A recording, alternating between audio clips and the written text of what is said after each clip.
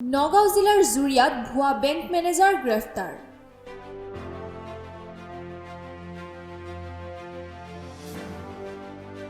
নগাঁও জিলাৰ জুৰিয়াৰ আধাখুন্দা গাঁৱৰ যুৱক জহিৰুল ইছলামে অৰুণাচল প্ৰদেশত কেইবাটাও ভুৱা বিত্তীয় প্ৰতিষ্ঠান খুলি আত্মসাৎ কৰিছিল কেইবা কোটি টকা।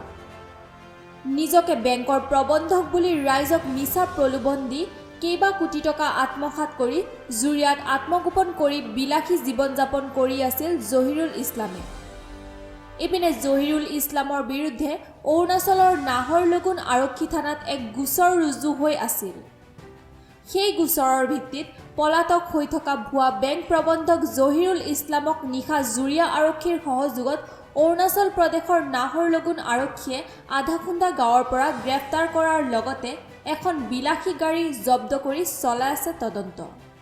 রাত্রে যে ছেলেটা জহিরুল ইসলাম অরুণাচল পুলিশের কাস্টাডিতে লয়ে গেছে, এই ছেলেটা আমাদের জুরিয়ার ছেলে, একটা ফ্রড ছেলে।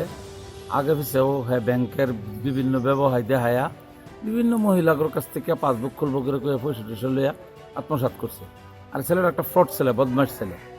আজকে কিছুদিন যাবৎ যার ঘরে খাইবার নাই হ্যাঁ 3-4টা বিলাসিতা গাড়ি লিয়া হ্যাঁ বিভিন্ন ধরনের ব্যবসা মেলিয়ে দিছে। আমরা একটু গম পাই যে অরুণাচলের থেকে কয়েক কোটি টাকা হ্যাঁ মারি আনছে। কাজে আমরা প্রশাসনের কাছে আমার একটা আবদার, এই ছেলেটার ফটো সারা আসামে ভাইরাল করুন লাগে যে একটা সিটিং বাস বদমাইশ। কাজে এই বিভিন্ন থানার তার ফটোটা হ্যান্ড করুন লাগে, যাতে আগন্ত দিনও মানুষের অসুবিধা দিবার না পায়।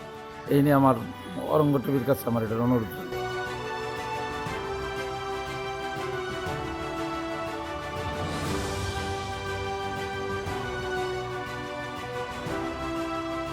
ৰূপহীহাটৰ পৰা সাদ্দাম হুছেইনৰ ৰিপৰ্ট, টাইম নিউজ।